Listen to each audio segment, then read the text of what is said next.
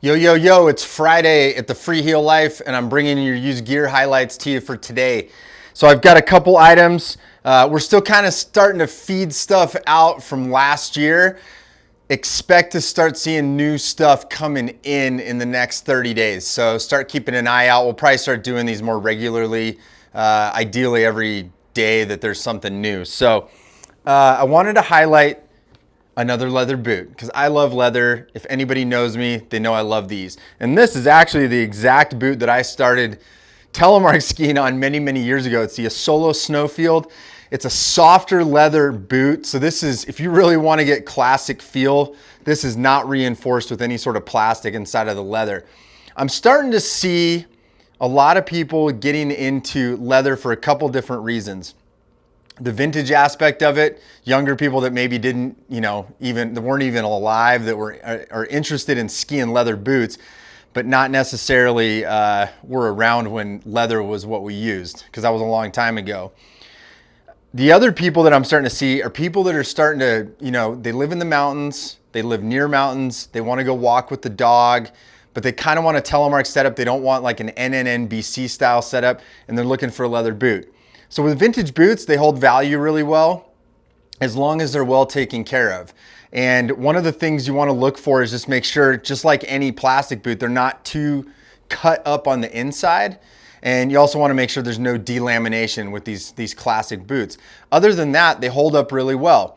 Once you get them, a couple hot tips for you is you want to waterproof them with some snow seal, or I even like to use mink oil. That's one of my favorite things to do, just to keep it more pliable and protect the leather and waterproof it. The other thing is learn how to shine your shoes. Put some black polish on here and get after it and keep them looking good. If you do that, your leather boots will last a extremely long time, and these work great for both those setups I was talking about. These are coming back around again. Volet X2. I'm actually surprised no one's picked these up yet. This is an amazing binding. These are in super good shape. If you hadn't seen the last time that I went over these bindings, they are essentially the switchback with an elongated toe piece. The further back you have where the attachment, let me re-explain that. The longer the toe piece means that the cable attaches further back on your foot and creates more of an active feel on the ball of your foot. So this is basically like a more active version of the switchback. A little bit stiffer springs. Other than that, it's got the same exact tour mode. Super easy to use. You just flip it with your pole back and forth. That does free pivot. And that makes it lock down. So it's just for ski mode. Very simple. Easy to service, very few parts. It's really good for long tours and a lightweight setup. Couples really well with any lightweight ski, but especially the Volet skis. So check that one out. I got thinking about this one. This is a 188 Blizzard with a rainy hammerhead on it. And I thought about this today because I was starting to get the hammerhead parts up on the website again, and you will be seeing that. So if you're not interested in this and you're interested in hammerhead parts because you will not move on from your hammerheads, we do have some parts that are going to be showing up.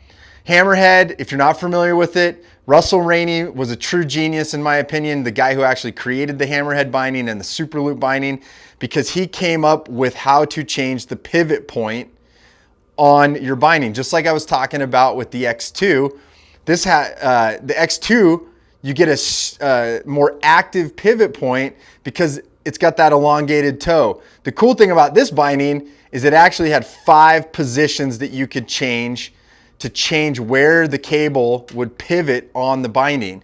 So as you went to position 1 up front, you had a more neutral feel, and as you pulled it back, you had what we call a more active feel.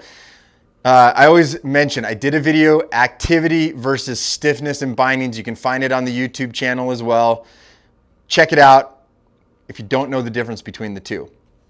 Awesome setup. You can still get parts for this, and the Blizzard skis are always really good. So, like I said, more used stuff coming up. It's starting to cool off here in Salt Lake City. We're totally stoked. Winter is on its way. You can email us at customerservice@freeheellife.com. That'll get you in the queue, and we will get back to you as soon as possible to answer any questions and hopefully help you find some used gear or used parts or whatever you need to get ready for the season. Thanks for checking it out. Have a great weekend.